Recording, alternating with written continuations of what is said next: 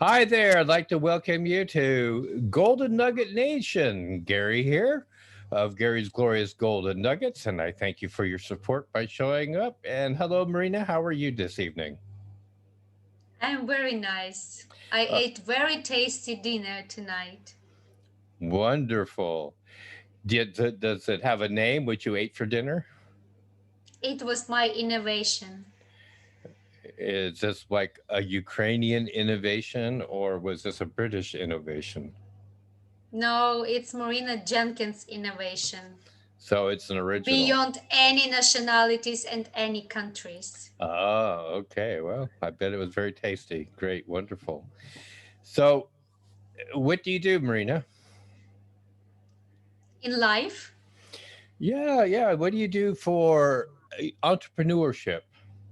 mm, I'm a guardian for international students, Russian speaking students here in the UK. They study in schools, private boarding schools, and I'm a guardian. They need to have a guardian according to law and schools policies, and I'm a guardian for them. So, how old are they that they need a guardian? They must have a guardian until they turn 18 years old. Okay. And these children are all from Russian speaking countries? Yeah, this is they're from Russia, Ukraine, Kazakhstan, Uzbekistan, Belarus, so all countries where people know and sometimes speak Russian. Well, parents must be really investing because to get a British education in a private institution, it's like buying a house in the UK. It's less if we think about 1 year, but if we think, for example, about 5 years, yes, this is the house. My goodness, it's really something. So, do these children that come here, do they come here to like complete their education, or do they come here for like they get to like they're 11 years old or something, and they just come and then they go through the school experience in the UK until they graduate with what, an A level? This is interesting. There is big difference between Russian-speaking countries and countries in Europe or in America or Canada, because students from those countries, they come just really to have this wonderful experience studying in United Kingdom schools, private schools. But all our students, mostly 90% and nine, they just come to complete their education, not only schools. From the very beginning, they start thinking about university, and more than that, they start thinking about job in the UK. So this is the strategy. It's Hmm. not tactic. It's So, strategy. so if they come here to school, is there any chance for them to actually work in the UK when they complete education? That's right. Yeah, that's right. If they do everything right, they have a big probability finally to find a job here and to work and to stay in the UK and to become UK citizens.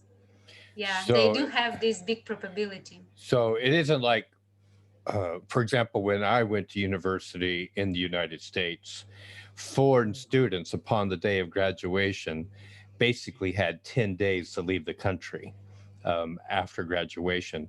There was no offer of employment unless they came from specific countries with specific educations that would allow them to stay in the United States. For example, people who went to the United States to study medicine oftentimes were offered opportunities if they came from the right countries to stay in the United States. Other students who graduated from medicine who came from the wrong countries oftentimes had to go back. And when I say wrong countries, I don't mean it's like they're bad countries. I'm just trying to say it's like if they came from countries like China, if they came from countries like Africa or from the Middle East, their countries were demanding that they return in order to provide those educational opportunities they gained in America to their own people. Now, if they came from countries like Italy, Germany, France, Japan, their countries would oftentimes say, if you could stay in America, go ahead and work as a physician in the United States. Take that opportunity if you can. And so a lot of students stayed in the United States and eventually became citizens as well. So it's different in the UK sense. I mean, do students get divided by countries, or is it just like, look, you graduated, if you can find a job, you can work? Gary, time flies, my darling. Everything has changed even in United States. Now students who study technology, computer science, math, biology, chemistry, physics, so the stamp, this is the subject stamp. They all can be in a country in United States for 3 years after graduation. Hello. Hello, Susan. How are you this evening? Hello, Susan. Hi there. Hi. I'm good. I'm sorry I'm late. I was on another call. You're It's a very okay. busy woman, Susan. You started that whole group on gratitude, and that's just become an institution in and of itself in hardly any time. That's wonderful. So, yeah, share a little bit about gratitude group that you run and what else you're doing. Yeah, so the gratitude group that started, sorry, my big old dog's plodding about here. I'm not interrupting, am I? Were you guys not talking when I come in there? We were talking, but you showed up at a perfect time because basically Maryna was telling me I was an old fogey and I didn't know what the changes in the law had been since I was a student when I was really young and the gasoline engine hadn't been invented yet and dinosaurs were still walking on the earth. So, Susan, this is a perfect time for you to show up. High five. Right, okay, where do we start? So, started with SFM and went down the affiliate marketing route, and I'm still kind of doing that, but I'm struggling a bit with it, to be honest. And it just didn't kind of float my boat, really. It felt a bit salesy and a bit. So I was sitting, my daughter moved out at New Year. Oh, did she? And okay. I was sitting in her room and I'd bought her a wee tiny book. Normally I have it everywhere with me. It's a book about that size. In fact, there it is there, because I know I always keep it handy. Okay, go get it. And there we go. Yeah. Oh, yes, Right. yes. So Wonderful. Tiny, yeah. Live each day with gratitude. Mm-hmm. And I was sitting flicking through it. And I've always, I don't say always, but probably for about the last 8 or 9 years, practiced gratitude. Before it was kind of popular. Mm-hmm. It's very popular now, but I had introduced my kids to it back then, and we hit a kind of rough patch in life round about then as well. And I had kind of encouraged the kids to write their hopes and their dreams, and when things were falling apart a wee bit, so that they had something to look forward to. And as I said, I stumbled across this book I'd bought Shannon years ago, and I thought, I could share something, just a wee nugget every day. And when I started, my intention was to do about 5 minutes every morning, just with write your 3 things, here's a wee nugget, hold your gratitude stone in your hand, last thing at night, bookend your day with gratitude, and that was going to be it. But of course, as I'm doing now, I started rambling and telling stories and and it just became a thing. And people wanted a group, so I set up a group, and it just kind of grew. It was supposed to be a 30-day challenge, but at the end of the 30 days, nobody really wanted a challenge. They just wanted to stay in the group and keep it going. So to try and stop people getting fed up listening to me, I've asked a couple of people to do the odd day, and they speak rather than me, and that seems to have been quite well received as well. Well, you really picked good people, because I pop in on the group in the morning when I'm not like busy. I'm just kind of like flipping thing, and it says it's live, and I go over to the gratitude group and I'll sit on the live.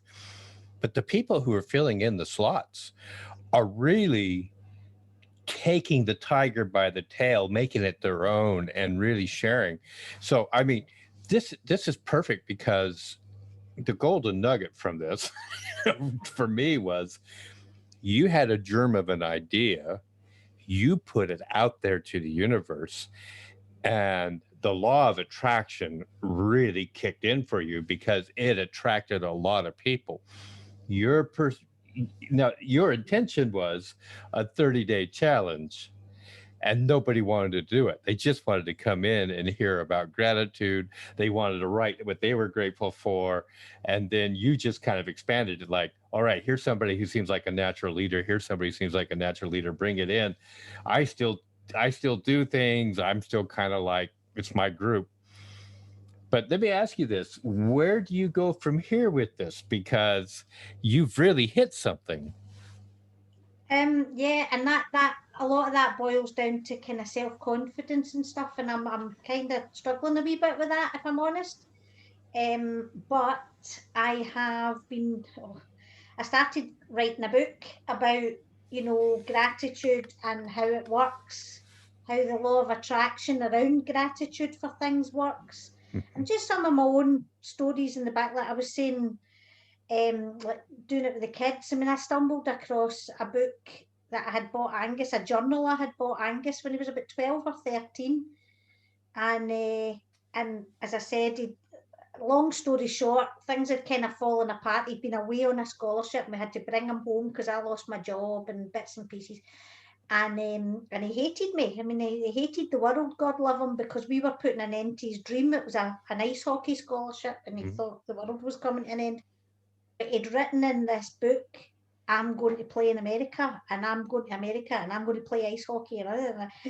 And well, he's just graduated from 4 years in America in May. And at the time, we had no means of making it happen, and no idea how it would happen, but the planets all aligned. And that's another big long story that I won't bore you with just now. But that showed me the power of, you set your intentions and you don't worry about the how. The universe will sort that. You just need to sort out the what and be really clear about it and believe that it will happen. And by hook or by crook, it did. Yeah, and the why is really important in there as well, because that why is like an emotional thing. Every time you have a doubt about the what, the why almost compels you. You need to take the next step forward. So that spurred the book on. And then as I started writing the book and going into all my stories and my big rambles, I actually started to think about what people want. Some people want the stories and the fluff, and they like that, and they like the humour. Other people don't want the fluff. They say, like, what do I need to do? Just tell me what I need to do. So I've done a kind of gratitude book that's the exercises plus space to write in your answers to the exercises, but all in the one book. Because you get books that tell you what to do, and you get journals, but this is everything together in one space. Yeah. That's why I did my work on the law of attraction.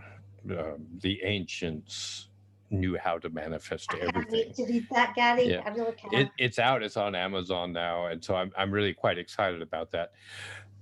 But Susan, the thing that gets me is, when I was working on the book, I literally developed a whole chapter around gratitude, because people who express gratitude correctly, who don't live in a world of jealousy, they're grateful when other people succeed. They're grateful when they succeed.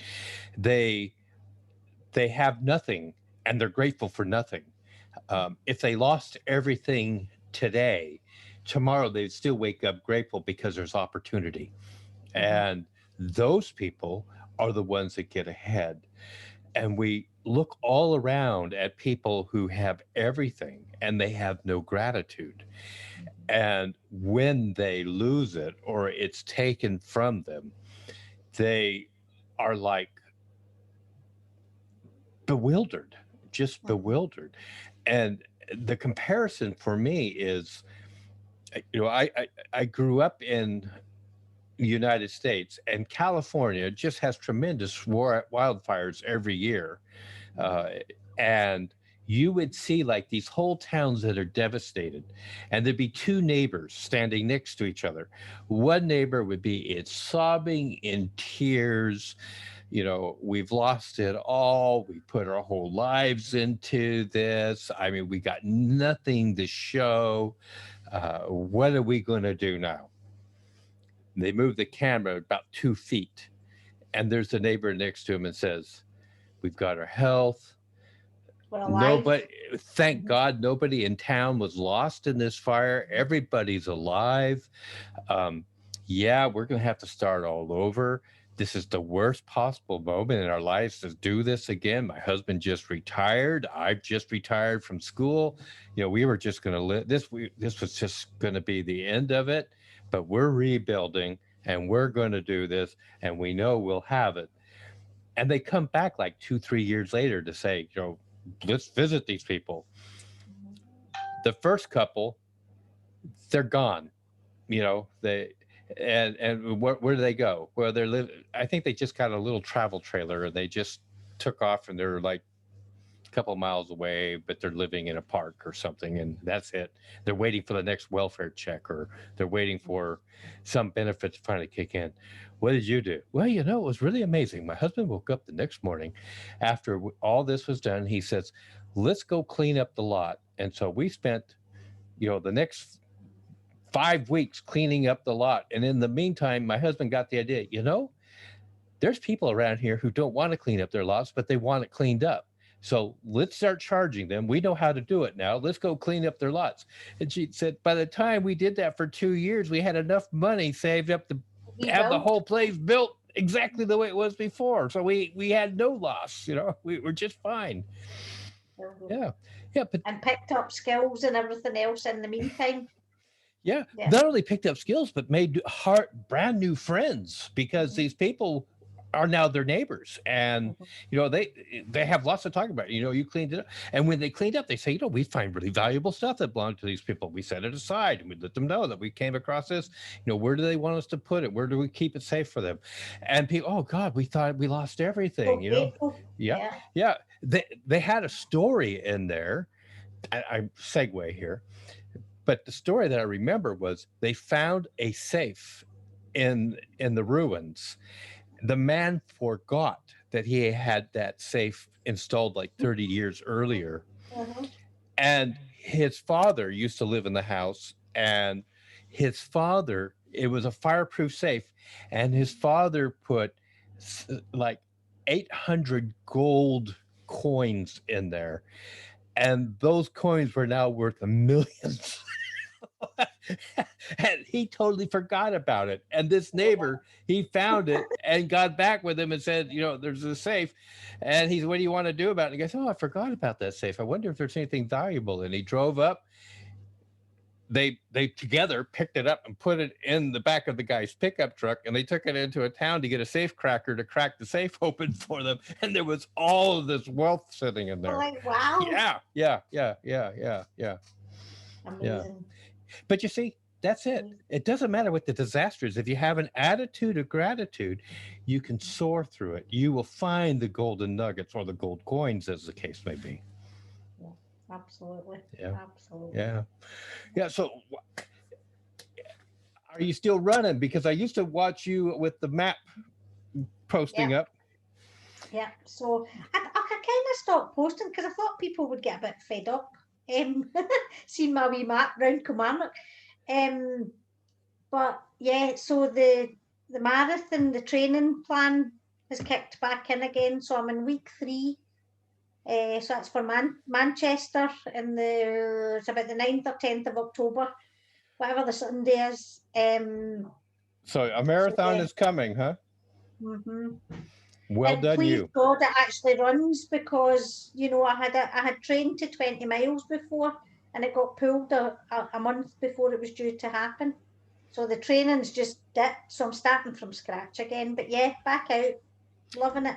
Wonderful, wonderful. Thank you. And Thank you for so your gratitude group is evolving into a book.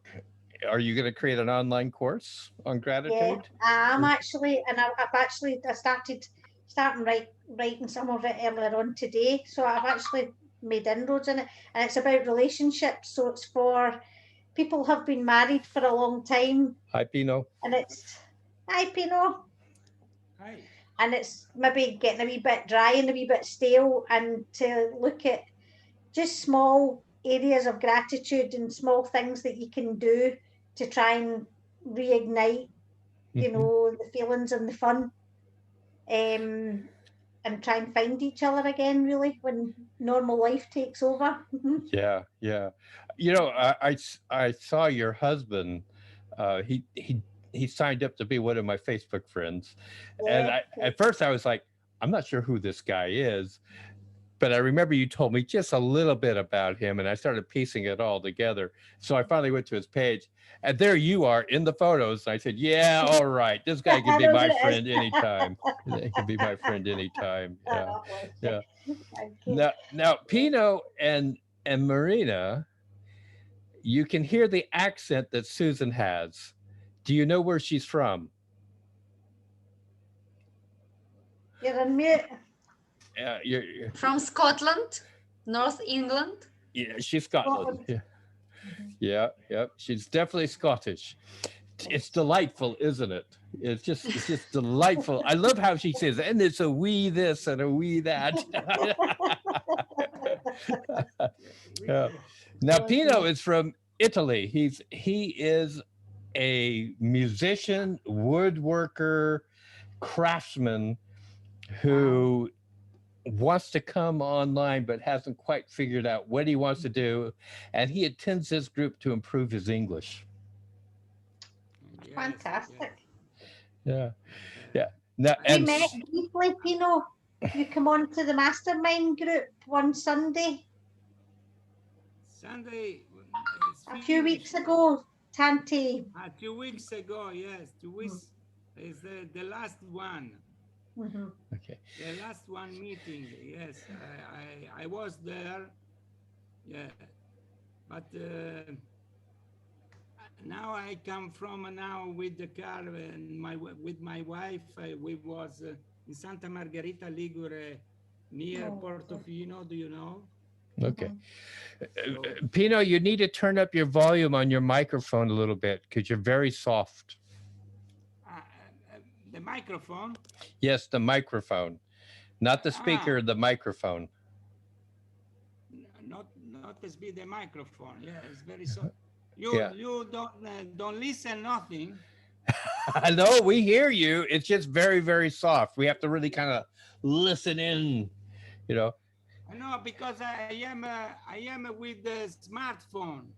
Oh, you're doing a smartphone today. Okay. Yes, but, I know that is at the hand this meeting, Hmm.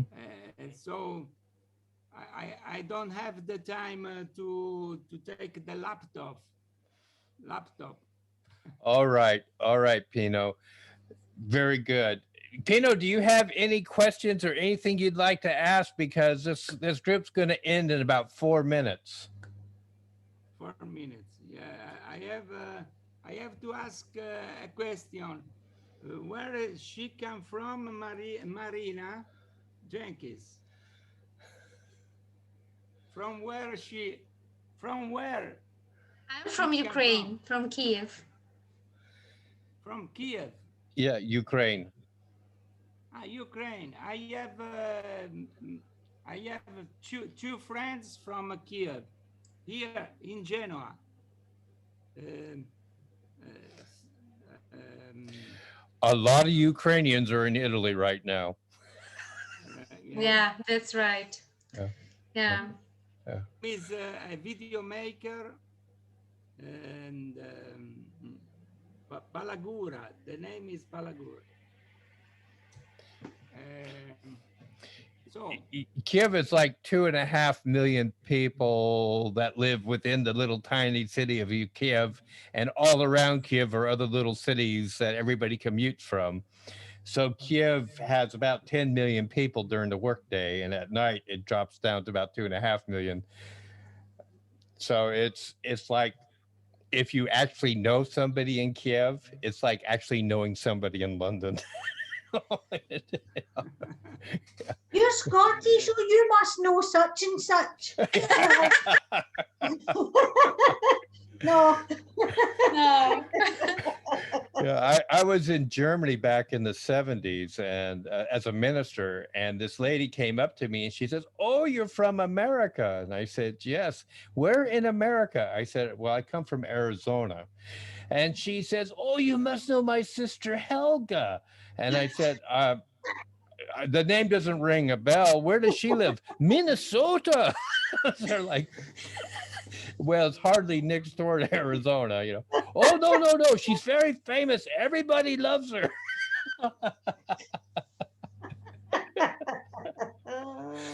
Yeah. Oh dear. Yeah. I don't know whether you ever told Maryna the story about the lady I met in Bratislava from Ukraine. I don't know if you remember the Nope. story. I don't remember the story. Share it really quick with us. Yeah, just I was out at World Championships, the ball hockey World Championships. I was out with the GB team, and I had all my GB colours on, and I was crossing a road, and this lady kind of stopped me, and she kind of pulled at my jumper, and she said London, and I said, "Well, no, but yeah," and I said you, and she said Ukraine.